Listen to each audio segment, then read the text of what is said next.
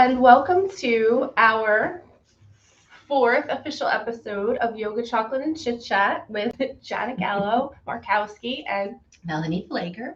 for those who do not know, I am the yoga studio owner for Pearl Yoga and Fitness. I also teach here, and Melanie is a yoga instructor here as well. She does a lot more than that. Again, we will definitely be doing an episode one day on all she does. But so today we're rolling into the week of Christmas, and so we thought we would do an episode on the things that we feel we most rely upon to maintain our health and fitness, right? Because if you're buying gifts for somebody and you're this is the time of year where you might buy you might think of buying them things to help them improve their health. So like a yoga mat, or maybe a subscription to online classes, or a subscription, a membership, a gift card to their favorite studio, to a gym. There's just a million and one things. It can be really overwhelming to try to figure out what products and stuff that somebody might adapt, somebody might actually use, and as opposed to putting it off to the side and never touching it again, and then it ends up at the Goodwill one day. So it's like I could look and read all of these articles and see all of these advertisements, and in my own brain, I pass judgment on, yeah, no, I would never use that, or I would never buy that for somebody, or because you know they make it look really fun in the videos. Right. Advertisers are really good. They're really good at making something really simple look like you would just enjoy the hell out of it. And it's always in a really clean home, usually in a very clean home that has a lot more space than most people do. Very spacious. Like, I don't have that much room in my bedroom to do all of that stuff in the corner, right? Yes. Right. And so they make it look, they make products related to fitness look very versatile, like you could just dive in and that's it. That's all you're going to need for the next 365 days is this one product, and you're going to look like the girl in the picture. Yes, like the girl in the picture. And on the video. Yes.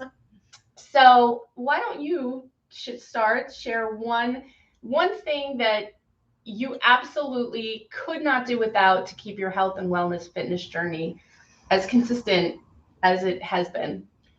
Well, the number one thing for me is my monthly membership here at Pearl. So it keeps me coming. It keeps me consistent. It keeps me part of the community. So yes, I teach here, but I also am a client here. So I do have a monthly membership and I do practice here.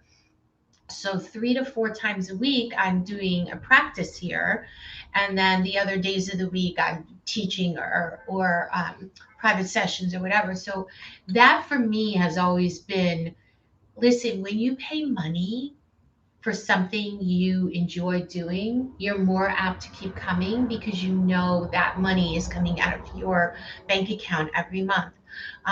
It's commitment. It's a commitment, but it's also, once you start coming, you know that you're going to get so much out of it. So for me, that's my number one thing is I can't ever think about not coming here to practice. So Pearl has to stay around forever until I'm 90 something. And that's the plan. That's the plan. And what I love is her ears. Have you guys seen I know, elf ears? I keep looking in there and I'm like,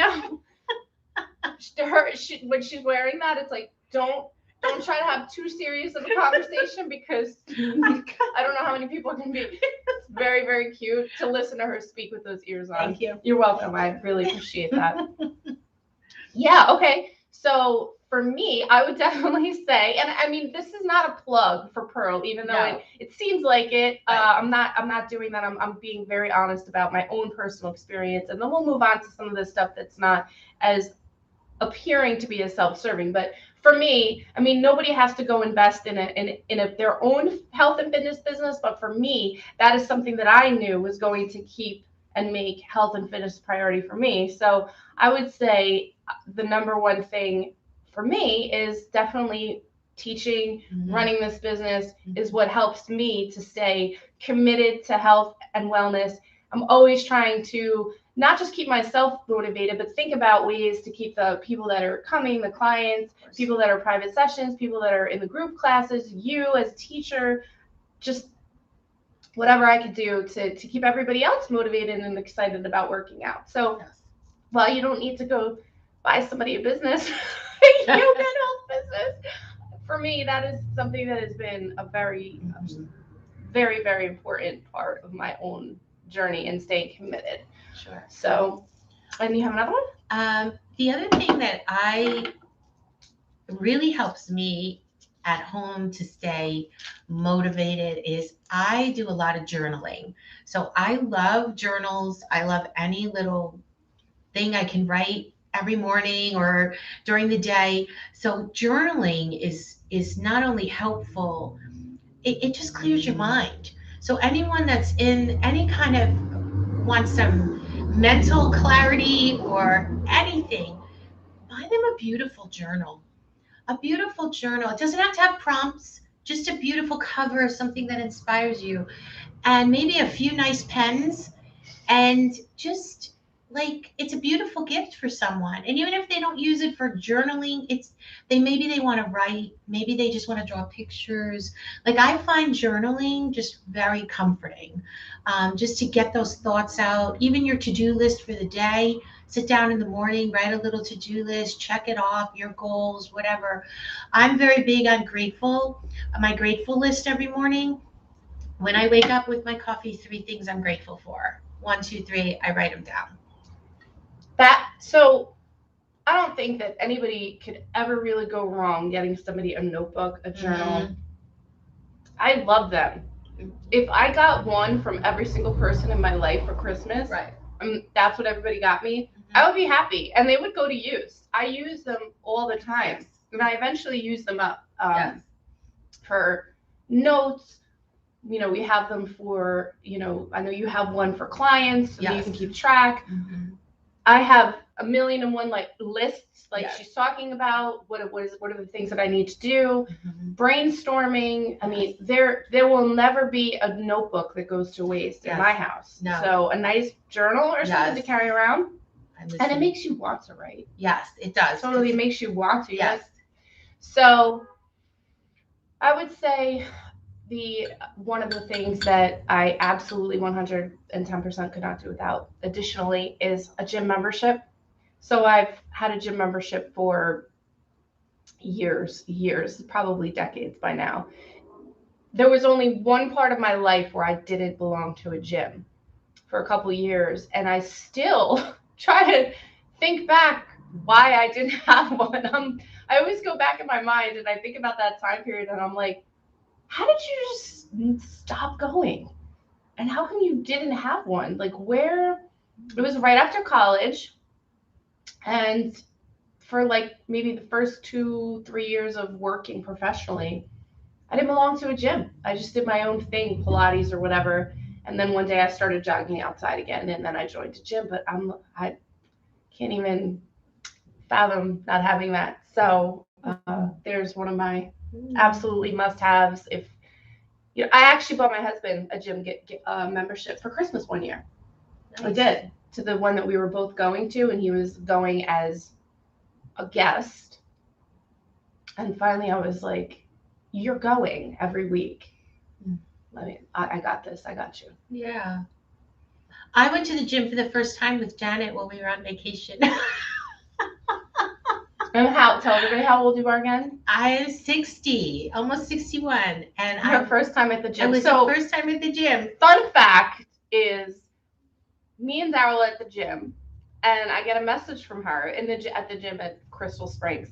And I get a message from Melanie, and she says that her husband is complaining about how heavy her bag is, because he's taking her bag from the car to the room.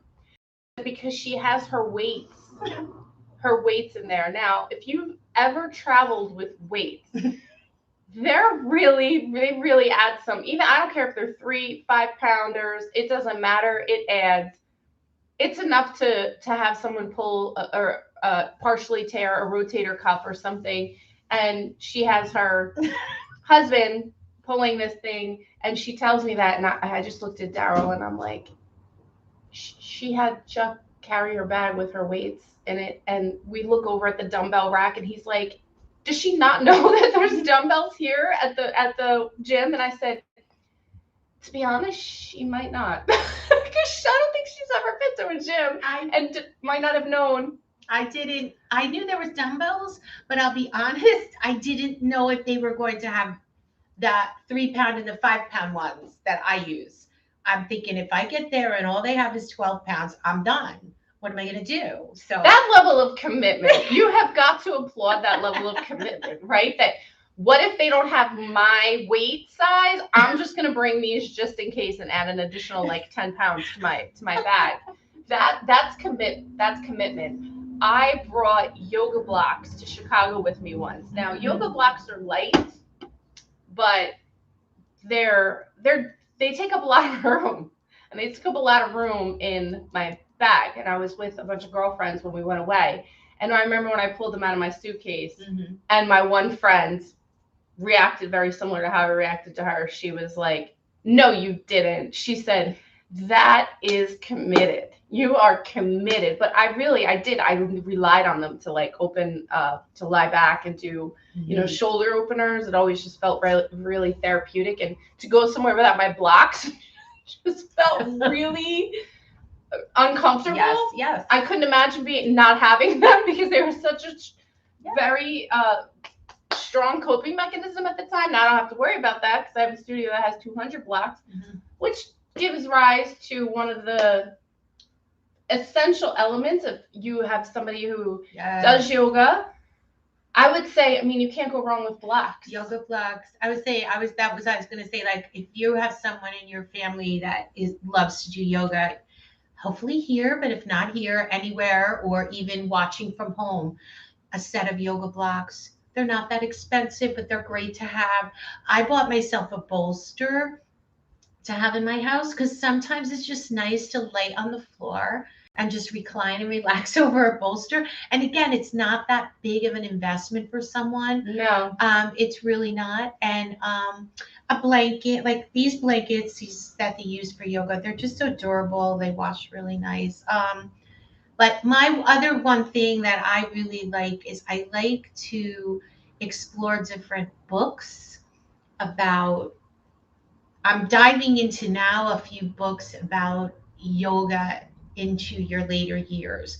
So, yoga over 50, yoga over 60. I've been reading a few because it's just, that's where I am. And there's some really nice authors, and there's some really nice stuff out there about. You could plug Desiree Rumba. Her book is amazing, and just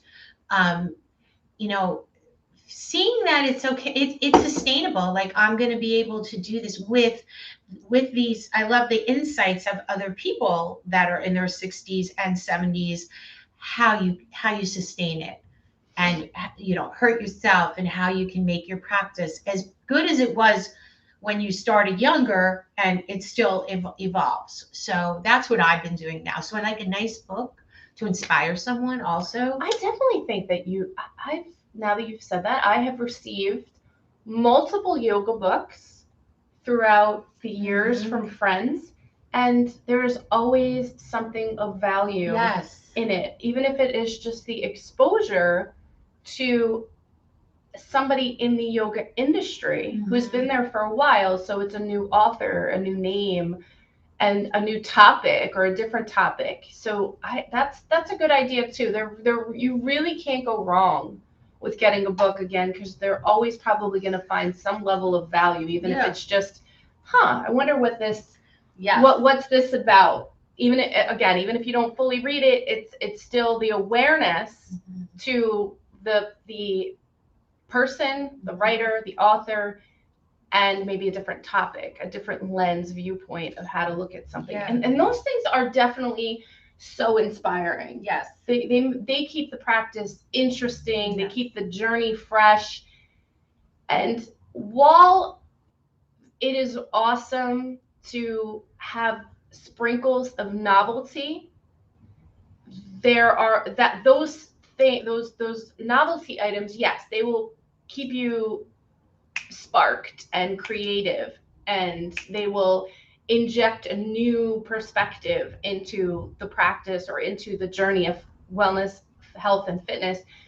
Then there's those things that you have currently that you've adopted that are just going to be for the rest of your life. You're probably not going to move them. Without them, you feel whoa. So I guess when you're thinking about purchasing a gift, you could think of them from the perspective of, is it going to be something that's maybe more novel, that's an experience of something new, or is it something that I know they are invested in already and I'm just helping them along, right? So Yep. No, I agree with that. I agree with that. So if any of our family and friends are watching, we've given you plenty of ideas.